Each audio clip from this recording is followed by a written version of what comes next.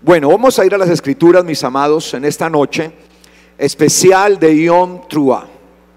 Es una noche de gloria, es una noche de bendición, de alabanza. Como bien leíamos ahora, mis amados, y tenía la oportunidad de leerles, en el capítulo 23 de Levítico, abra por favor su Biblia en el capítulo 23 de Levítico, el versículo 24 y 25 dice: habla a los hijos de Israel y diles: en el séptimo mes, en el día 1 del mes, tendrán Shabbatón, un gran reposo, una gran cesación, el cual será un memorial de Teruah.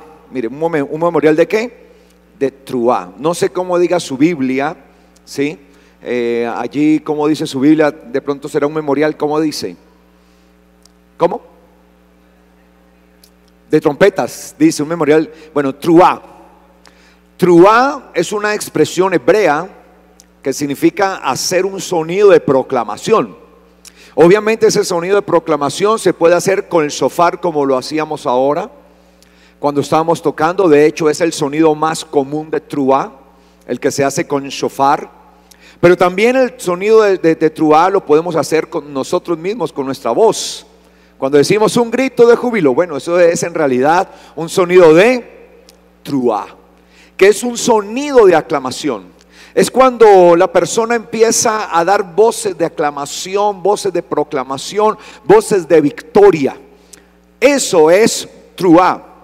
Y dice que este memorial de Teruah sería una santa convocación. ¿Una qué? Santa convocación. Recuerde que la palabra convocación en hebreo, la palabra mikra, significa convocar, pero también significa ¿qué? Ensayo. No olvidemos esto. También significa ¿qué? Ensayo. Y cada vez que nosotros participamos de estas fiestas, lo que estamos haciendo es un ensayo. Ahora, ¿un ensayo para qué?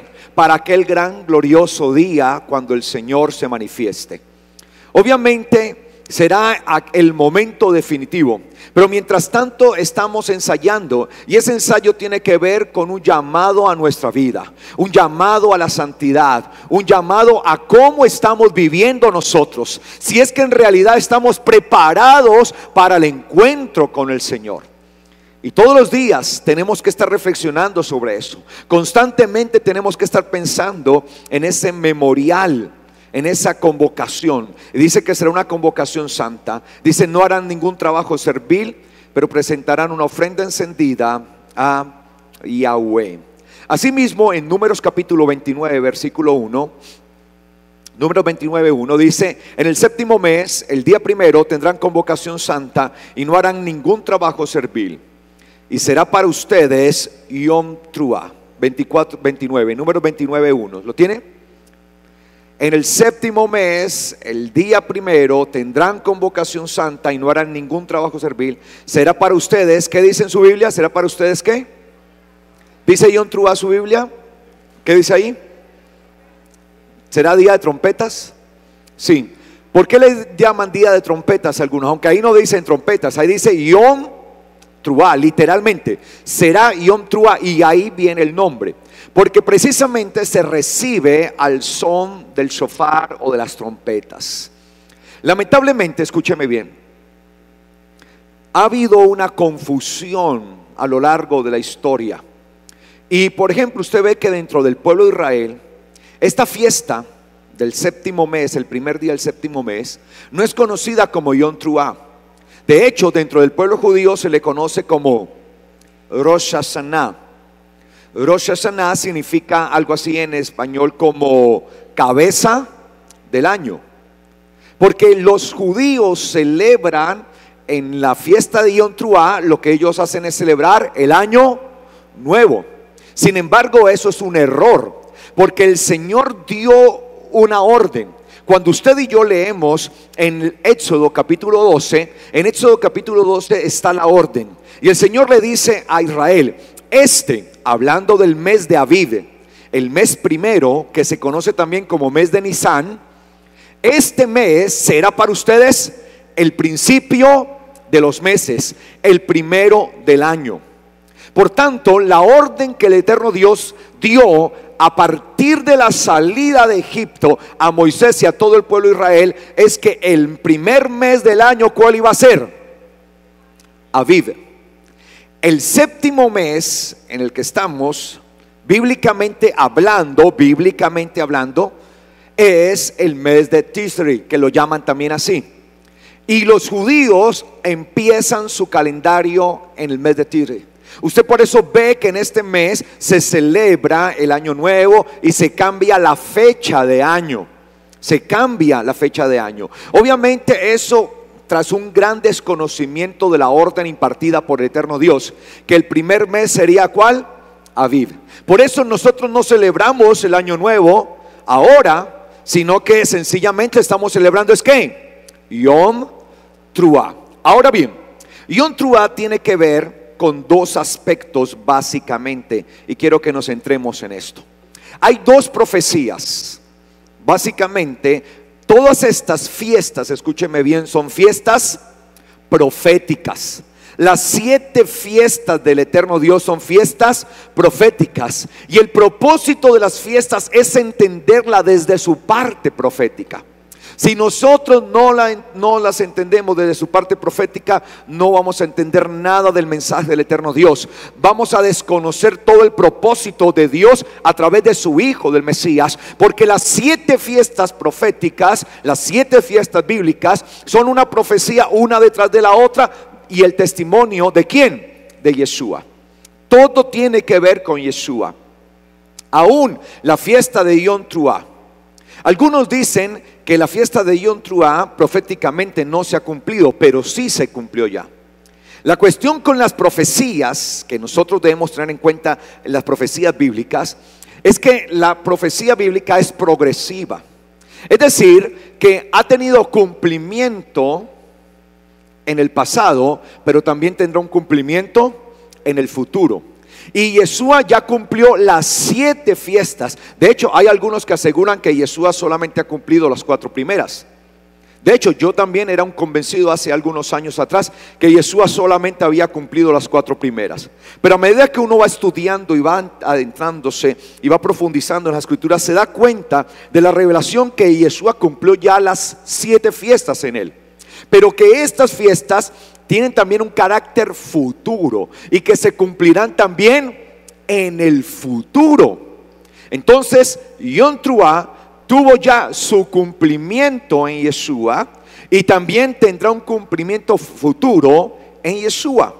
Hay dos profecías que quiero que observemos.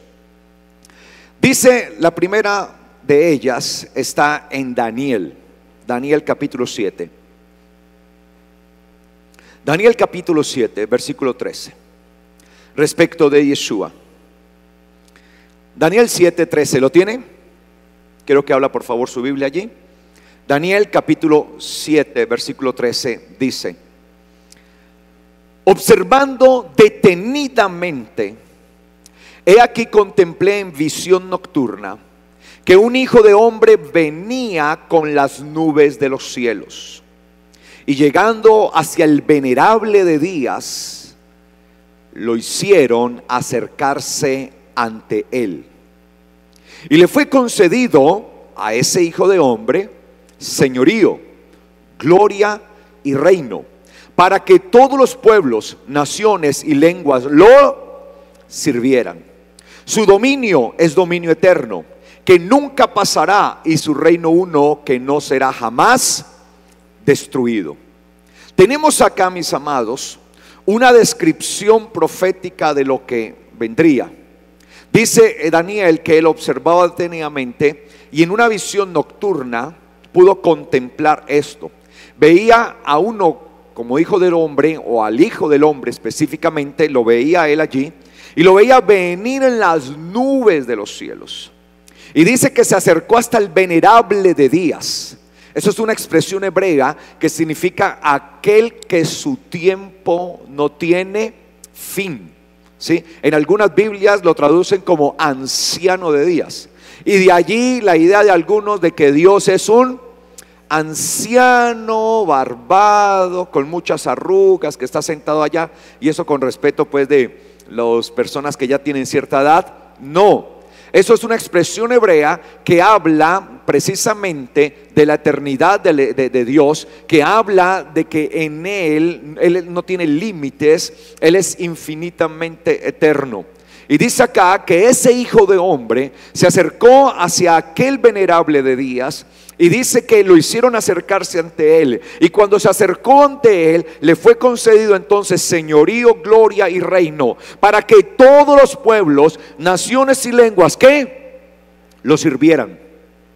Y su dominio es un dominio eterno que nunca pasará, y su reino uno que jamás será destruido. Esa es la primera de las profecías que tenemos respecto de Yeshua en su regreso o en su aparición. La segunda está en Zacarías 9:9. Zacarías 9:9. Dice Zacarías 9:9: alégrate mucho, hija de Sión.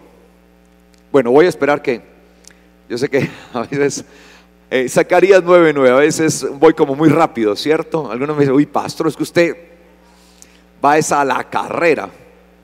Zacarías capítulo 9, versículo 9. ¿Lo tiene? ¿Ya lo tiene? Si no, ayúdele a buscar ahí a su vecino si no lo ha encontrado. Dice: alégrate mucho, hija de Sión, da ruá. Escúcheme bien, la palabra trua viene de la raíz ruá. La palabra trua viene de la raíz hebrea ruá, que significa dar voces de alegría, de exaltación, de proclamación. Entonces dice ahí, vuelvo y leo: alégrate mucho, hija de Sión, da ruá, hija de Jerusalén. No sé qué dice en su Biblia, ¿da qué? Voces de júbilo. Ah, bueno, correcto, voces de júbilo. Pero quiero que tengan en cuenta que ahí está la palabra ruá, que es la raíz de truá. ¿Ok? Da ruá, hija de Jerusalén. He aquí tu rey vendrá a ti, justo y victorioso él, aunque humilde, montado sobre un asno, cría de asna. Entonces tenemos dos eventos allí. Se nos muestra a dos tipos de Mesías, escúcheme bien, a dos Cristos, dos Mesías, dos ungidos. Uno, un rey espléndido que vendrá en las nubes, que vendrá con las nubes de su poder, al cual le será entregado un señorío, la gloria, el reino de todos los pueblos y naciones, para que todo el mundo que le sirva. Y hay otro Mesías, uno que vendrá humilde, montado sobre un asno, cría de un asna. Vemos allí al Mesías rey, al Mesías príncipe, y vemos allí al Mesías humilde, el que va a ser humillado. Dos Mesías. La pregunta es, ¿cuál de los dos realmente es el verdadero? Bueno, pues la respuesta es los dos. Daniel profetizó acerca de una forma de la aparición del Mesías, y Zacarías profetizó otra forma de la aparición del Mesías. Sin embargo, en el judaísmo, escúcheme bien esto, hay una interpretación un poco rara de estas dos profecías. Cuando uno lee el Talmud es una serie de escritos que los sabios de Israel han hecho a fin de interpretar las escrituras. Y ellos, los judíos, se basan mucho en el Talmud. Por eso hago relación al Talmud. Se basan muchísimo. De hecho, todas sus interpretaciones están basadas en el Talmud. Si usted va al mundo judío, usted siempre va a escuchar: no, es que el Talmud dice esto, el Talmud lo otro, fue escrito esto en el Talmud, fue dicho esto en el Talmud, y lo usan mucho. Cuando nosotros vamos al Talmud, hay un versículo, o hay un verso, o hay una enseñanza que dice lo siguiente. Mire bien lo que dice el Talmud: si Israel se comporta de una manera digna, el Mesías vendrá en las nubes del cielo. Pero si no lo hace, vendrá de manera humilde, cabalgando sobre un asno. Es decir, que dentro de la mentalidad judía, dependiendo de cómo se comporta Israel, asimismo aparecerá el Mesías. Si se lo merecen, vendrá de manera espectacular sobre las nubes de los cielos. Y si Israel no se lo merece porque no vive dignamente, entonces vendrá ¿qué? Cabalgando sobre un asno. De hecho, sigue diciendo también el Talmud lo siguiente. Voy a leer, permítame, les leo esto, ¿sí? Que dice el Talmud. El rabino Gilel el rabino Gilel dijo: no habrá Mesías para Israel, porque ya le han disfrutado durante los días de sequía. Según el rabino Gilel en el Talmud, él dice que el pueblo de Israel ya disfrutó del Mesías en los días de ¿qué? Del rey Ezequías. Recuerde que el rey Ezequías fue el que restauró toda la parte del templo. Y dice que el pueblo gozó de gran prosperidad durante el tiempo de ¿quién?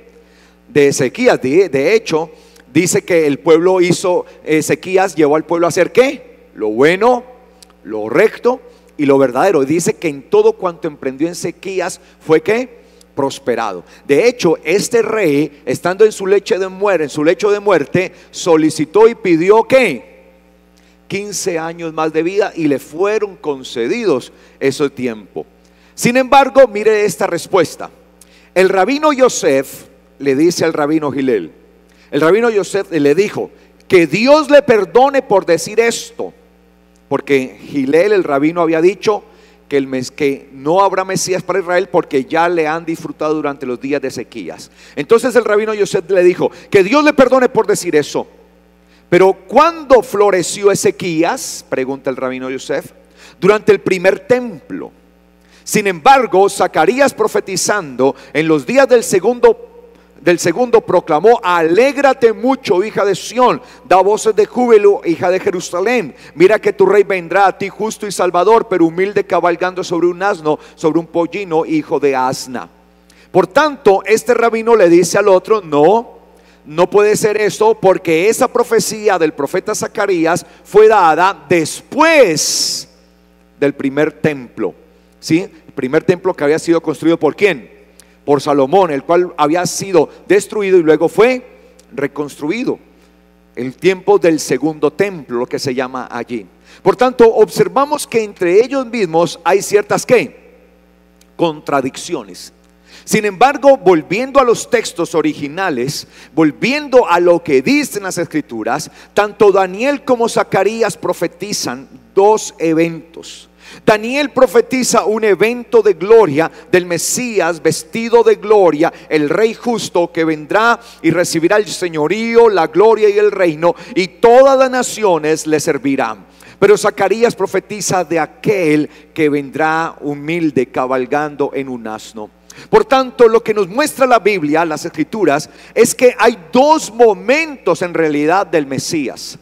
Y esas dos profecías se deben cumplir, las dos. No que una se cumple y la otra no. No que si Israel se lo merece, entonces vendrá el rey, el Mesías rey. Y si no se lo merece, entonces vendrá el Mesías humilde. No, lo que está significando esto es que las dos se deben cumplir. Por tanto, ¿cuál de las dos se ha cumplido hasta el momento? ¿La de Daniel o la de Zacarías? La de Zacarías. Ahora, si retomamos la palabra de lo que dice en el Talmud, si Israel se lo merece, vendrá el Mesías príncipe, el rey. Y si no, vendrá el humilde. Entonces, si vino Israel, precisamente no era porque se lo merecía. Es más, ni siquiera Israel, ni siquiera el mundo, nadie se merecía esto. Fue la misericordia de Dios la que actuó en medio de esto. Fue la misericordia de Dios la que hizo que el Mesías apareciera de esa manera. Y precisamente aparecería así porque Él se estaría despojando a sí mismo de toda su gloria. Se estaría despojando de toda su magnificencia, de toda su gloria, de toda su gracia, para cumplirse entonces lo que está escrito en el libro del profeta Isaías. Vayamos por favor al libro del profeta Isaías, capítulo 52. Libro del profeta Isaías. ¿Lo tiene? Dice aquí la palabra: del profeta Isaías en el capítulo 52, el versículo 13. 52, 13, ¿lo tiene ahí?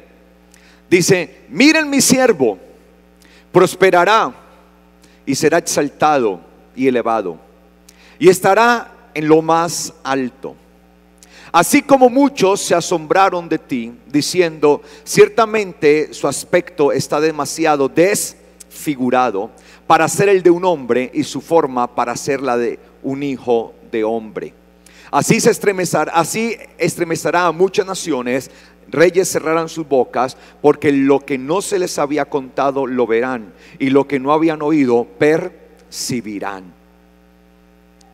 Dice acá: mira, mi siervo prosperará, será exaltado y elevado, y estará bien alto. Y dice: muchos se asombrarán de ti, diciendo: ciertamente su aspecto es demasiado desfigurado. ¿De quién está hablando? De Yeshua, de su condición, porque era necesario que Él viniera primeramente bajo una condición humana, bajo esa condición en la que usted y yo nos encontramos. Hoy en Yom Teruah damos gracias al eterno Dios, porque Él mismo hizo que su Hijo se vaciara, que su Hijo se diera, que su Hijo se entregara, para nosotros poder tener redención y vida eterna. El propósito de Yom Teruah, mis amados, es que entendamos qué fue lo que hizo el Señor en nosotros y qué hará Él en nosotros. Porque si Él prometió que iba a venir y vino y se hizo hombre, y prometió que iba a volver, es porque Él lo hará. Por tanto, la primera venida de Él es sencillamente para nosotros un argumento de peso en saber y entender que si Él dijo que iba a venir y vino como un hombre humilde, entregándose a sí mismo, dándose a sí mismo, y Él dijo que iba a volver, es porque Él va a regresar. Amén, iglesia. Amén, iglesia. Y dice acá en el versículo 14: así muchos se asombraron de ti, diciendo: ciertamente su aspecto es demasiado desfigurado para ser el de un hombre, y su forma para ser la de un hijo de hombre. Quedaron estupefactos frente a la situación de Él. De ahí es que entendemos lo que dice el apóstol Pablo, el mismo apóstol Pablo, hablando allí en su carta a los Filipenses, el capítulo 2, el versículo 5. Él dice: por eso, haya pues en ustedes este sentir, este mismo sentir que hubo también en el Mesías Yeshua, el cual, siendo en forma de Dios, mire, Yeshua estaba en forma de ¿quién? ¿En forma de quién? De Dios. Estando en forma de Dios, ojo con esto, que ahora vamos a ver sobre esto. Estando en forma de Dios, no estimó el ser igual a ¿quién?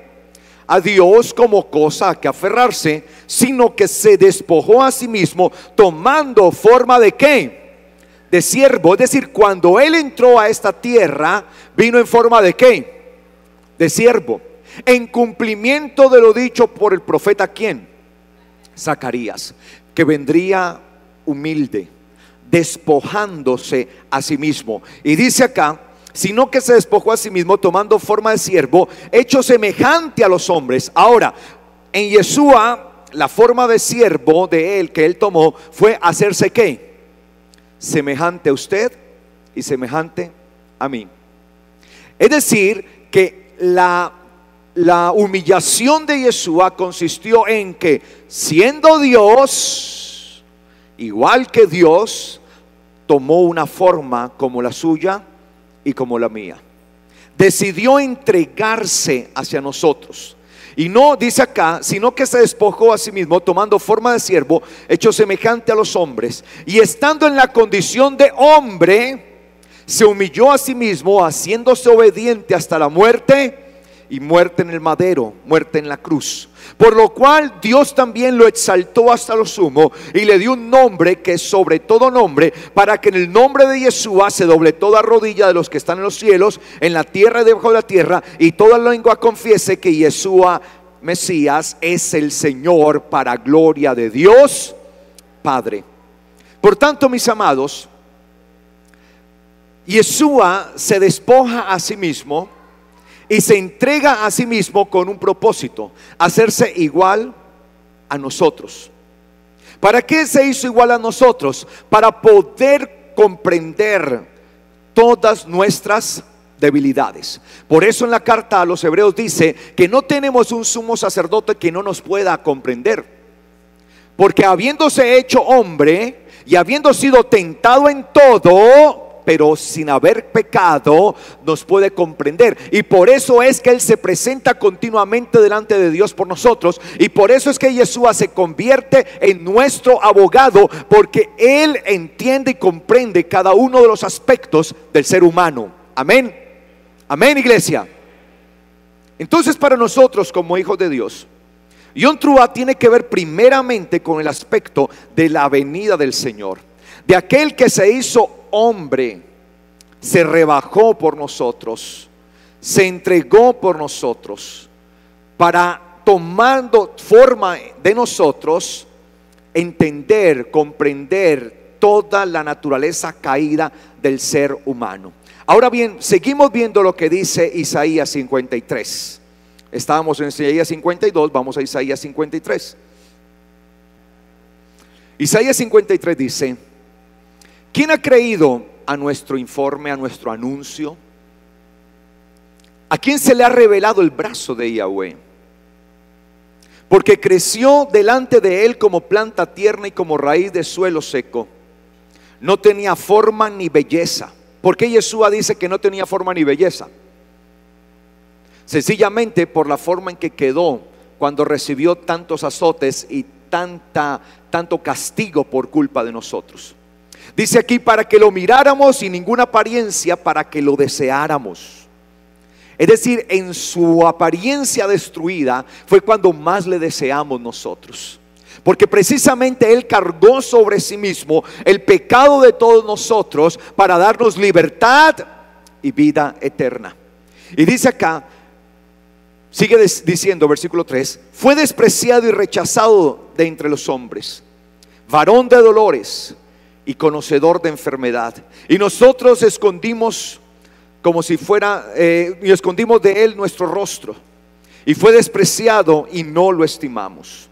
Pero en verdad Él ha llevado nuestras enfermedades, Él ha soportado nuestro dolor. Sin embargo lo estimamos como golpeado, azotado de Dios y afligido. Pero Él fue herido por causa de nuestras transgresiones, aplastado por causa de nuestras iniquidades. Sus sufrimientos fueron para que nosotros tuviéramos paz, y por sus llagas, por su herida, nosotros fuimos sanados. Todos nosotros como ovejas nos hemos descarriado, nos hemos vuelto cada cual por su propio camino, y Yahweh ha hecho que la iniquidad de todos nosotros caiga sobre Él. Él fue oprimido y fue humillado, y aunque fue humillado no abrió su boca. Como un cordero que llevan al matadero, al degüello, y como una oveja ante sus trasquiladores enmudeció, así Él no abrió su boca. Por medio de opresión y juicio falso fue eliminado. Y de su generación, ¿quién consideró? Porque fue cortado de la tierra de los vivos por la transgresión del pueblo que merecía el azote. Es decir, que Yeshua se hizo carne y nació en esta tierra, apareció en este mundo con un propósito: llevar ¿qué? Nuestras transgresiones, nuestros pecados. De ahí la importancia de esta fiesta de Yom Teruah. Saber y entender que tenemos de parte de nosotros a aquel que se entregó totalmente, se vació por nosotros, se entregó para que nosotros tuviéramos vida, se entregó y se hizo hombre sencillamente para cargar sobre sí todo el pecado, toda la maldad, toda la transgresión de nosotros. Sin embargo, ¿cómo estamos actuando nosotros? Porque Yom Teruah es un tiempo de reflexión también. ¿Valió la pena todo el esfuerzo de Yeshua al llevar todo el pecado de él, todo el pecado sobre él, toda la transgresión del hombre, cuando nosotros no estamos viviendo para el Señor? ¿Será que en realidad estamos viviendo para Él? ¿Estamos haciendo nosotros igual, así como Él se entregó, así como Él se humilló, así como Él se dio? ¿Nosotros nos estamos dando para Él? ¿Nos estamos entregando para Él? ¿O somos aún esclavos del pecado? John Truax nos deja ver cómo Yeshua se despojó a sí mismo y se humilló para darnos a nosotros vida eterna. ¿Qué se espera entonces en John Truax de nosotros? Que así como Yeshua lo hizo, dice, haya ese mismo sentir en ustedes. La pregunta es, ¿nos estamos despojando? Él no hubiera tenido por qué hacerlo. Él no tenía por qué hacerlo. Pero conociendo la condición del ser humano y conociendo que solamente por medio de esto el ser humano podía tener libertad, podía tener salvación y vida eterna, lo hizo.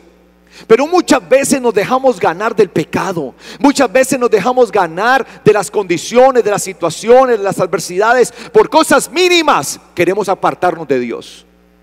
Por cosas mínimas queremos dejar, queremos renunciar, ya no queremos continuar. Cuando Yom Truah es un llamado a humillarnos nosotros, a despojarnos. Obviamente Él se despojó de su gloria para llevar el pecado de nosotros sobre sí. Por tanto, el llamado que se nos hace a nosotros en Yom Truah es a despojarnos del pecado, es a quitar el pecado de nosotros, es arrancar aquella transgresión de nosotros, es arrancar y eliminar todo aquello que no nos permite crecer como hijos de Dios. Y cuando vino, en su primera venida, vino como el siervo sufriente. Lo más terrible es que para aquel entonces muchos estaban esperando a un rey, muchos estaban esperando a un león, y les vino un siervo, les vino una oveja, la cual fue llevada al matadero. Lo terrible es que hoy muchos están esperando una oveja, a un siervo, y les va a venir un rey, un león, uno que juzga. En la primera, Él vino no para traer juicio, porque la misma palabra enseña en Juan. Y acompañe un momento ahí a Juan capítulo 3. Dice Juan 3:14: y como Moisés levantó la serpiente en el desierto, así era necesario que el Hijo del Hombre fuese levantado. ¿Recuerdan el episodio de Moisés? Que empezaron a salir una cantidad de serpientes y mordían, picaban al pueblo, y el pueblo empezó a perecer. Y Moisés levantó una serpiente de bronce, y todos los que volteaban a mirar esa serpiente eran ¿qué? Sanados. Eso era un símbolo de lo que sucedería con Yeshua. Yeshua tuvo que cargar sobre sí mismo todo el pecado, para que nosotros como pecadores le viéramos a Él. Y puestos nuestra mirada en Él, como dice Él, puestos sus ojos en Yeshua, el autor y el consumador de la fe. Puestos nuestros ojos sobre Él, podamos tener vida eterna. Dice acá: y como Moisés levantó la serpiente en el desierto, así era necesario que el Hijo del Hombre fuese levantado, para que todo aquel que en Él creyese tenga vida eterna. Porque de tal manera amó Dios al mundo, que dio a su Hijo unigénito, para que todo aquel que en Él cree no se pierda, mas tenga vida eterna. Porque Dios no envió al Hijo al mundo para juzgar al mundo, sino para que el mundo sea salvo por medio de Él. Pregunta: en la primera venida, ¿vino a juzgar o a salvar? A salvar, no vino a juzgar. En la segunda venida vendrá a juzgar. Y eso es lo que dice Apocalipsis. Cuando nosotros vamos a Apocalipsis vemos eso, dice que vendrá a juzgar. Muchos piensan que en la segunda venida vendrá a salvar. No, la salvación ¿cuándo es? ahora. Como dice las Escrituras, si oyes hoy su voz, no tardes en oírle, en escucharle. Por tanto, en la primera venida, en la venida como siervo, como un humilde que cabalga en un asno, vino a salvar. En su segunda venida vendrá a juzgar, vendrá a pelear, vendrá a dar su retribución a todos.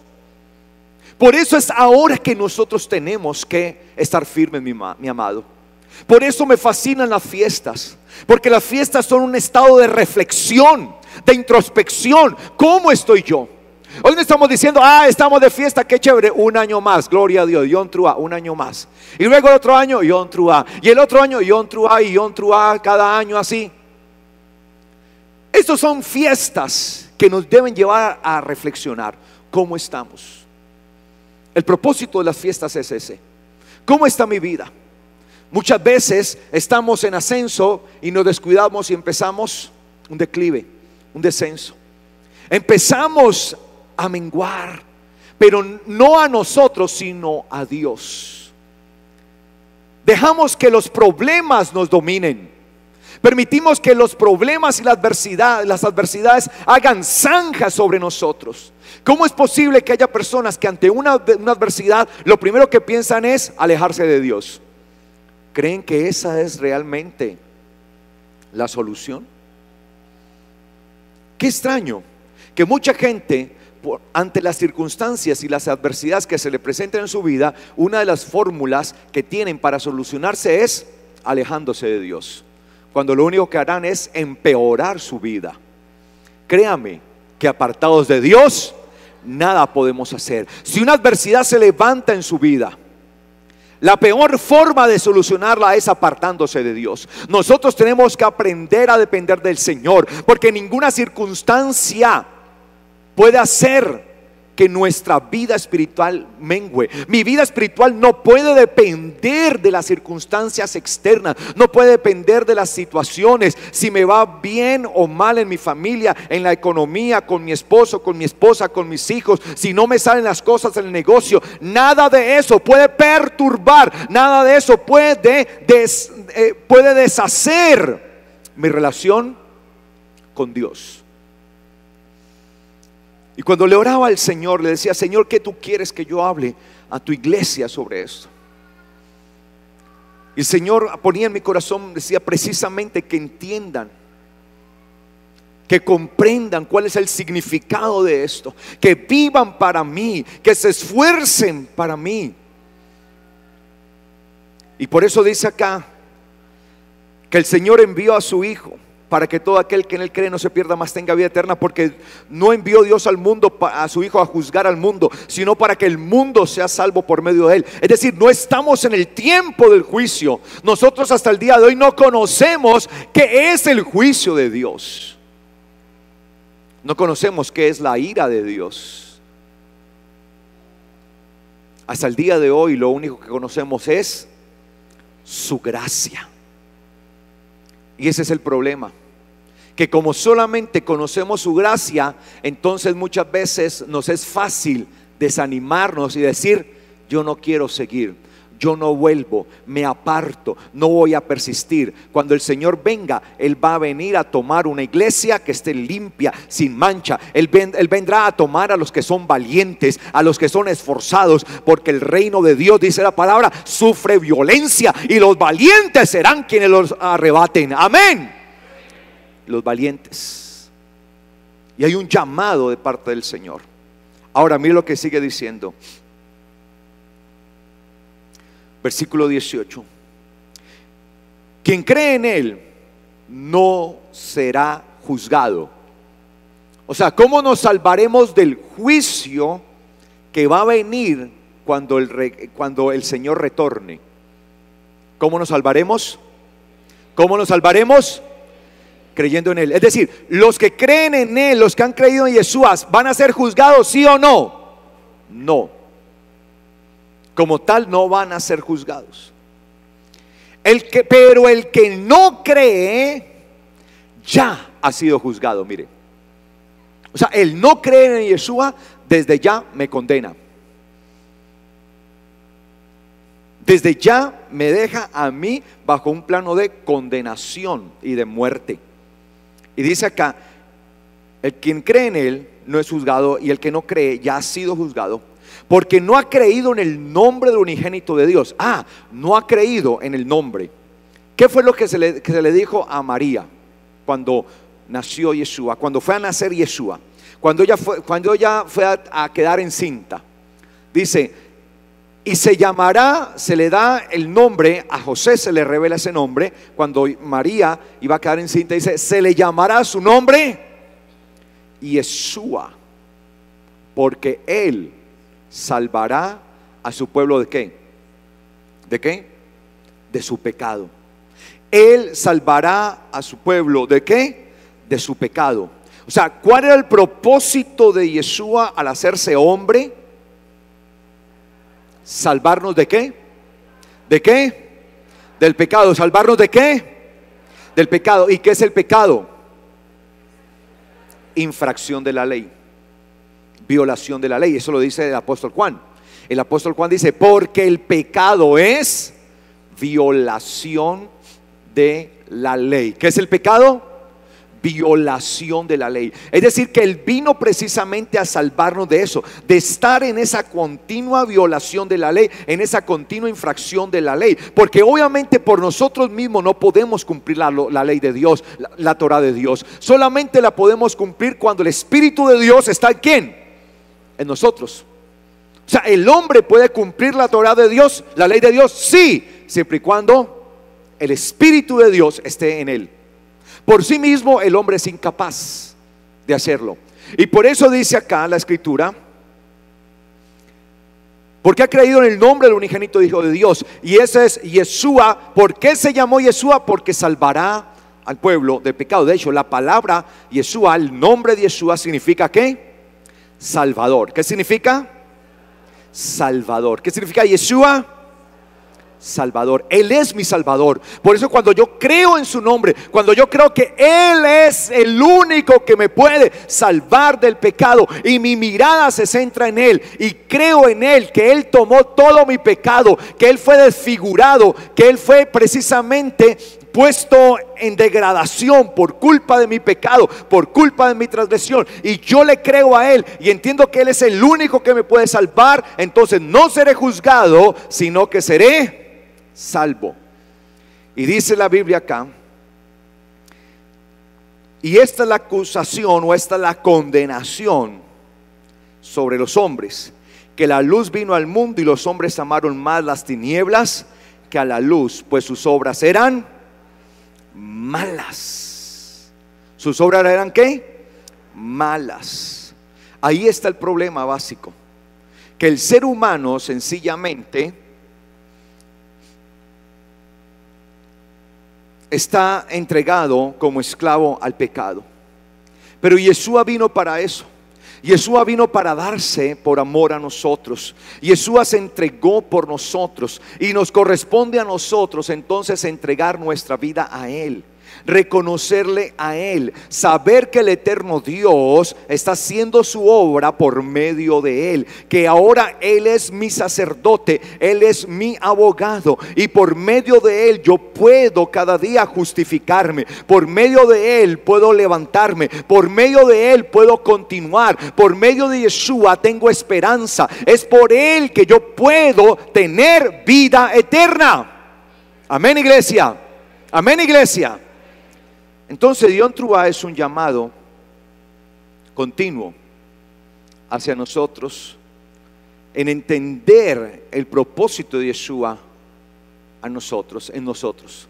Ahora dice la Biblia que cuando Él nació, ¿sí?, fue proclamado por los ángeles su nacimiento, y le fue proclamado a los pastores que se encontraban en medio de las vigilias, esperando el tiempo, el momento. Y dice la palabra que estos pastores vinieron y vieron y empezaron a contar todas esas grandezas. Pero luego el mismo Yeshua y su familia fueron visitados. Dice la palabra que tiempo después fueron visitados por unos sabios que venían desde el oriente. Unos sabios que traían preparado oro, incienso, mirra. Dice que traían allí todos una cantidad de presentes para él. Y cuando llegaron a donde Yeshua, dice que le reconocieron como el Mesías. Le reconocieron como aquel a quien Dios había enviado. Le reconocieron en esa gracia. Estos sabios del oriente habían venido desde muy lejos, cientos de kilómetros. Si nosotros ubicamos el oriente, o nos ubicamos en Jerusalén, en Belén, más exactamente, ahí donde nació Yeshua, porque él nació allí en Belén, en Betlehem. Obviamente estos sabios llegaron a la capital, a Jerusalén, donde estaba el reino. Y estos sabios venían, dice la Biblia, que eran del oriente, desde Babilonia. De allá venían. Ahora, todos estos sabios sabían y entendían que Yeshua era el Mesías. ¿Por qué? Porque eran los mismos sabios que habían sido, o era la generación de sabios, descendían de una generación de sabios que habían sido entrenados ¿por quién? Por el mismo Daniel. Recuerde que Daniel, mire que Dios hace todo con un propósito. A veces nosotros no entendemos el propósito de Dios. A veces le decimos: Señor, ¿por qué no suceden estas cosas? ¿Por qué me pasa esto? Pero cuando yo estoy en el Señor y aprendo a esperar el propósito de Dios, el Señor hará su obra gloriosa en nosotros. Amén. Recuerde que Daniel fue un jovencito llevado a cautividad a Babilonia. Más o menos tenía unos 16 años cuando fue llevado cautivo. Fue llevado a una tierra extraña. Fue casi obligado a hacer una cantidad de cosas, sin embargo se resistió. Dice que se resistió a tomar de la comida ¿de quién? Del rey. Y decidió no contaminarse. Cuando uno decide, a pesar de las adversidades y las situaciones que pasan, decide no contaminarse las cosas de este mundo, sino se planta uno en el nombre del Señor a hacer la voluntad del Señor, el Señor va a hacer cosa grande en nuestra vida. El Señor va a hacer cosa grande en su vida. Y Daniel se plantó. Y estando allá, el Señor empezó a glorificar a Daniel de una manera tremenda. Tanto que Daniel terminó siendo gobernador de una de las principales provincias de Babilonia. Llegó a ser el amigo personal del rey. Y los reyes que le conocieron, todos reconocían una cosa en Daniel, que en Daniel estaba el Espíritu de Dios. Los mismos reyes decían: porque ¿quién como Daniel, en quien está el Espíritu de Dios? De hecho, cuando Daniel fue llevado al foso de los leones, el mismo rey Darío fue hasta allá y le dijo: Daniel, Daniel, ¿dónde estás? Daniel, ¿será que el Dios tuyo te ha salvado? Y Daniel gritó y dijo: viva, oh rey, porque mi Dios, en quien yo he creído, ha cerrado la boca del león. Y eso fue para la gloria de Dios. Y obviamente eso levantó a Daniel de una manera poderosa. Y llegó Daniel a tener tanto poder en Babilonia, en aquella región, que fue puesto como un gran gobernador y fue nombrado el jefe de todos los sabios, de todos. Ahora, si él era el jefe de todos los sabios, ¿usted qué cree que cómo los entrenaba Daniel? En la palabra del eterno Dios. Es decir, que preparó una generación de sabios, aún en la cueva del león, aún en el mismo territorio de Satanás, de idolatría, de maldición. Allá mismo el Señor llevó a Daniel para levantar una generación de hombres que comprendieran, que fueran entendidos en los tiempos de Dios. Y fue el jefe de todos los sabios. Y los entrenó, los preparó. Daniel murió esa primera generación de sabios, pero esos sabios pasaron las enseñanzas de Daniel a sus generaciones, y así vinieron de generación en generación hasta que llegaron a estos sabios que venían ¿de dónde? Del oriente hasta Jerusalén, preguntando ¿por quién?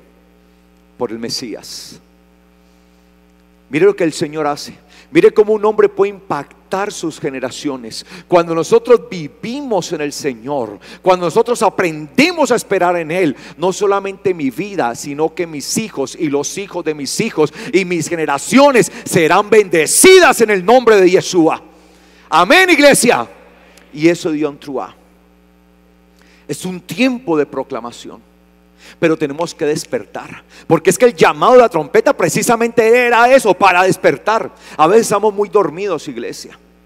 A veces el mundo se nos mete y queremos hacer conforme al mundo y no estamos apercibidos, no estamos entendiendo las cosas. Y hoy está sonando el shofar del Señor sobre nosotros. Hoy está ese llamado y el Señor está diciendo: levántate, levántate, tú que estás durmiendo, levántate, despierta. Como dice la palabra, llamen a los valientes, llamen a los hombres de guerra. ¿Dónde está esa generación que se va a parar firme en la brecha? Esos valientes que van a marchar. Eso es lo que el Señor nos está llamando. Amén, iglesia. Amén, iglesia. Eso es Yom Teruah. Que tú te levantes a favor de tu familia, que te levantes a favor de tu casa. Yo quiero hacer sonar Teruah en mi casa. Quiero que suene Teruah en mi esposa, en mi hija. Que se prepare esa generación, que se prepare mi casa. Que estemos preparados para ese momento de gloria. Porque hoy es el tiempo de gracia. Hoy es el tiempo de gloria, de salvación. No es el tiempo de juicio. Estamos en el mejor tiempo. ¿Por qué hemos de esperar el tiempo entonces de juicio? No nos corresponde a nosotros el tiempo del juicio, pero muchos van a pasar al juicio porque sencillamente no quisieron recibir al Señor. Es tiempo de despertar, iglesia. Es tiempo de proclamar con nuestra propia vida la gloria del eterno Dios. Y estos hombres llegaron y sin ningún temor llegaron a Jerusalén y fueron ante el rey. ¿Usted se imagina que era decirle al rey Herodes: ¿dónde está el Mesías? En pocas palabras está diciendo: usted no es el rey. Porque se suponía que el verdadero rey era ¿quién?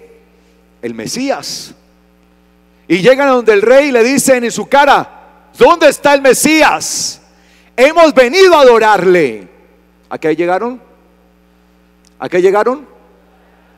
A adorarle. Pues su estrella hemos visto.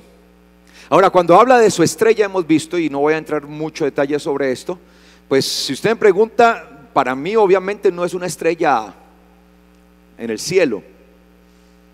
En el libro de Daniel comúnmente se le llamaba estrellas ¿a quiénes? A los ángeles. Es decir, que un ángel les estuvo guiando durante todo su recorrido. Y es que ciertamente el Señor dice: a sus ángeles enviará sobre ti que te guarden en todos sus caminos. Cuando nosotros estamos andando en el Señor, en su palabra y en su espíritu, el Señor envía a sus ángeles aún para que nos guíen, para que nos guarden en nuestro caminar. Y un ángel estuvo guiando todo el camino de esos hombres, porque eran hombres temerosos de Dios. Y el Señor siempre enviará a sus ángeles sobre nosotros. Yo no sé si usted cree en ángeles o no, pero la Biblia habla de los ángeles y yo creo esto. Y yo sé que el Señor siempre ha puesto su ángel sobre mí. Y siempre el Señor me ha mostrado todas las cosas que deben venir, siempre por medio de sus ángeles. El Señor actúa de manera de gloriosa. Amén. Y dice: hemos visto, su estrella nos ha traído hasta acá. ¿Dónde está el Mesías? ¿Y qué hizo Herodes? Llamó a los principales. Venga, ¿qué dice acerca del Mesías?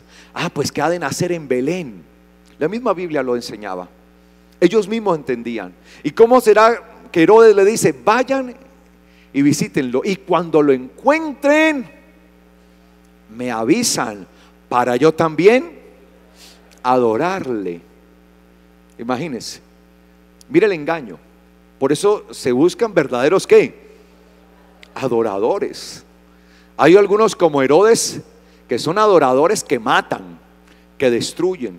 Se requiere verdaderos adoradores. Estos hombres venían de cientos de kilómetros recorriendo. Según el cálculo que hacemos en las escrituras, Yeshua podría tener más o menos 2 años de edad cuando estos magos llegaron a la casa, porque dice que ellos llegaron y entrando en la casa, no en el pesebre. ¿Entrando dónde? En la casa hallaron al niño y a su madre, y no envuelto en pañales, como dice en el otro relato, cuando el nacimiento, sino que era un niño que ya podía incluso caminar. Más o menos 2 años tenía. Y cuando llegaron, entregaron, se despojaron, dice que se rindieron y adoraron. Por eso nuestra vida debe ser una continua adoración a Yeshua. Ahora, ¿por qué adoramos a Yeshua? Porque la Biblia lo demanda. De hecho, la adoración no es otra cosa que una postración, que un rendirse delante de. Y nosotros nos rendimos ante Yeshua, porque precisamente aún es una orden dada. Cuando nosotros leemos en Hebreos, en el capítulo 1 hay una orden aún dada desde los ángeles. ¿Qué dice a los ángeles? Respecto del Hijo de Dios dice: adórenle a Él todos los ángeles de Dios. Porque en la adoración lo que hacemos es reconocer que Él es el Mesías, el Señor, el ungido, el enviado. Si quitamos de nosotros nuestra arrogancia, quitamos de nosotros nuestro ego y nos rendimos ante Él. La palabra adoración no es otra que sencillamente un rendirse ante la gloria de aquel que ha sido encomendado como rey, ante aquel que creemos que es el que nos levanta de pecado, que es el que nos libera de toda maldición. Es un rendirse. Y cuando ellos llegaron, lo que hicieron fue ¿qué? Rendirse. Y nosotros tenemos que aprender a eso. Por eso es que echamos nuestras cargas delante de Él. Por eso Él dice: vengan ante mí todos los que estén trabajados, cansados, que yo les haré descansar. Es rendirnos ante Él, es decirle: Señor, aquí estoy, no voy más con este pecado, no voy más con esta miseria, no voy más con tanta inmundicia en mi vida, tanta cosa en mí, Señor. Te pido que la arranques. Hoy me postro delante de ti, hoy me hinco delante de ti, Señor. Entrego todo lo que soy delante de ti, me humillo ante ti. Eso dio en Truá. Ellos llegaron y se postraron. Ahora se postraron allí en reconocimiento de ¿qué? Pues de que Yeshua era el Mesías, era el Hijo de Dios, era aquel a quien el mismo Padre había enviado para salvación, para vida eterna. Ahora, la única manera que nosotros vamos a tener de poder llegar ante el Padre Celestial es por medio de ¿quién? De Yeshua. Y por eso es que nosotros le adoramos. De hecho, le reconocemos aún su divinidad a Yeshua. Le reconocemos como Dios. Una de las cosas que yo he visto a veces es que no entendemos el significado de la palabra o del título Dios en hebreo, Elohim. En hebreo, la palabra Elohim es una palabra plural que viene de Eloah, que sencillamente significa autoridad. Sí, eso es lo que significa Dios, autoridad. Y se es Dios cuando se tiene autoridad ¿sobre quién? Sobre alguien. De hecho, hay muchos que dicen: no, Yeshua no puede ser Dios. La Biblia dice que Él es Dios. Si no tuvo problema Dios mismo, el eterno Padre Celestial, de llamar Dios a Moisés, ¿por qué va a tener problema con llamar Dios a Yeshua? Si usted ve, por ejemplo, Éxodo capítulo 7, versículo 1, Éxodo 7:1, dice: entonces dijo Yahweh a Moisés: he aquí te he puesto como Dios sobre Faraón, y tu hermano Aarón será tu profeta. Mire, ¿quién fue Moisés? ¿Quién fue Moisés? Dios sobre Faraón. Es decir, que el título Dios es un título de autoridad. Se es Dios sobre alguien. En este caso, Moisés era Dios sobre ¿quién? Sobre Faraón. ¿Su Biblia dice Dios o no dice Dios? De hecho, dice la palabra, dice Elohim. Elohim, ni siquiera Eloah, dice Elohim. Te he puesto como Elohim, te he puesto como un Elohim sobre Faraón. Claro, Moisés iba a ser una autoridad sobre ¿quién? Sobre el Faraón, a pesar de que Faraón era un gran rey, el rey más poderoso sobre la tierra en ese momento. Moisés fue puesto como ¿qué? como Dios sobre Faraón, una autoridad, una autoridad. Aún dentro del mismo Israel, los mismos jueces eran vistos dentro del pueblo como ¿quién? Como dioses. Busque ahí Salmo 82 y verá. Salmo 82. Dice: Dios se levanta en la congregación de los jueces y en medio de los jueces juzga. ¿Hasta cuándo juzgarán injustamente y aceptarán las personas de los impíos? Mire que es un reclamo que se le está haciendo ¿a quiénes? A los jueces. Porque ellos habían sido puestos como ¿qué? Como Dios, como autoridad ¿sobre quién? Sobre el pueblo. Ahora, asimismo, entonces, Yeshua, ¿sí? En ese entendimiento, pues sobre nosotros es puesto ¿como quién? Como Dios. ¿Dios sobre qué? Sobre todas las cosas, ¿sí? Eso es lo que enseña la palabra, ¿sí? Que Yeshua es Dios sobre todas las cosas. Y nosotros debemos entender esa verdad, ¿sí? No podemos estar ajenos a esa verdad. Mira lo que dice Romanos 9. Romanos 9. Dice Romanos 9:5. Hablando del apóstol Pablo allí, dice acá: de quienes son los patriarcas y de los cuales según la carne vino ¿quién? El Mesías. ¿Y quién es el Mesías? El cual es Dios sobre todas las cosas. Ahora, ¿Yeshua es qué? ¿Dios sobre qué? Entonces, Moisés era Dios sobre quién? Faraón y todo Egipto. Obviamente, porque Faraón, debajo de Faraón estaba Egipto. Los jueces de Israel eran Dios sobre quién? Sobre Israel. ¿Y Yeshua es Dios sobre quién? Sobre todas las cosas, excepto sobre el Padre. Porque el mismo Yeshua se somete ¿a quién? A su Padre. El mismo Yeshua se somete a él. Mire lo que dice Primera de Corintios, versículo 27. No, leamos desde el versículo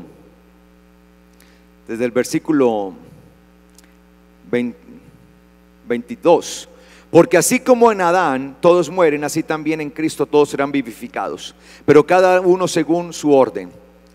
El Mesías es las primicias, luego los que son del Mesías ¿en qué? En su venida, luego los del fin. Cuando entrega el reino, cuando el Mesías entrega el reino al Dios y Padre, cuando suprima todo imperio y toda autoridad y poder, porque es necesario que Él reine. ¿Quién es Él? Yeshua. ¿Hasta cuándo? Hasta que ponga a todos sus enemigos bajo sus pies. Y el último enemigo en ser destruido será la muerte. Versículo 27. Porque todas las cosas sometió bajo sus pies. Pero al decir todas las cosas le han sido sometidas, claro está que se exceptúa a aquel que le sometió a él todas las cosas. ¿Quién es aquel? El Padre, que le sometió todas las cosas. ¿A quién? A Yeshua, su Hijo. Y cuando le hayan sido sometidas todas las cosas, entonces también el Hijo mismo ¿qué? Se sujetará al que le sujetó a él todas las cosas, para que Dios sea todo en todos. Entonces Moisés era Dios sobre Faraón. Los jueces de Israel eran dioses sobre Israel. Y Yeshua es Dios sobre ¿qué? Sobre todas las cosas, excepto sobre el Padre. Es decir, es la autoridad sobre todo. Ahora, el Padre es la autoridad suprema. De hecho, el mismo Yeshua dice que él mismo ¿qué? Se sujetará a su Padre. Y si hay algo que Yeshua nos dio ejemplo, fue el de sujeción. Porque en todo momento él vivió sujeto ¿a quién? A su Padre. Por eso es que nosotros no tenemos problema de sujetarnos ante Yeshua. Por eso no tenemos problema de adorarle, porque cuando le adoramos lo que estamos haciendo es hincarnos ante Él, es reconocer su autoridad, es reconocer que Él es aquel a quien Dios ha puesto para traer el juicio sobre todo. De hecho, esa palabra Elohim, Dios, es una expresión para aquel que administra el juicio. Y a Yeshua se le ha dado a administrar todo ¿qué? todo juicio. Por eso nosotros le reconocemos a Él como aquel a quien Dios envió, y por eso nos entregamos delante de Él. Así que, mis amados, Yom Teruah hoy es un llamado que el Señor nos hace a entregarnos totalmente a su Hijo, a permitir que así como Él se despojó y hubo ese sentir en Él de despojarse, de humillación, hoy nosotros delante de Él nos despojemos, nos humillemos, nos entreguemos, reconozcamos la autoridad del Mesías sobre nosotros, y reconocer por último que así como Él vino humilde y cabalgando sobre un asno, así mismo también vendrá con las nubes de su poder. Y eso es algo de lo que voy a hablar en estos días: la profecía sobre la venida del Señor en las nubes de su poder. ¿Qué es esto? ¿Cómo entender esto?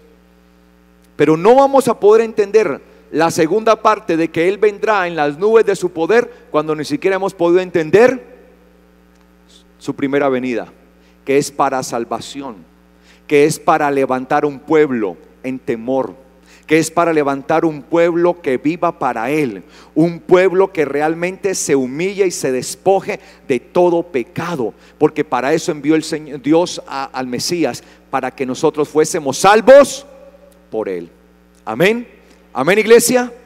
Entonces, en este día de Yom Teruah no hay otra cosa sino un reconocimiento, una proclamación de que Yeshua es nuestro Señor, nuestro Mesías. Es una preparación continua para Él. ¿Cuántos quieren prepararse para Él? ¿Cuántos quieren estar para Él? ¿Cuántos quieren ser para Él? Coloquémonos de pies, por favor, en esta noche.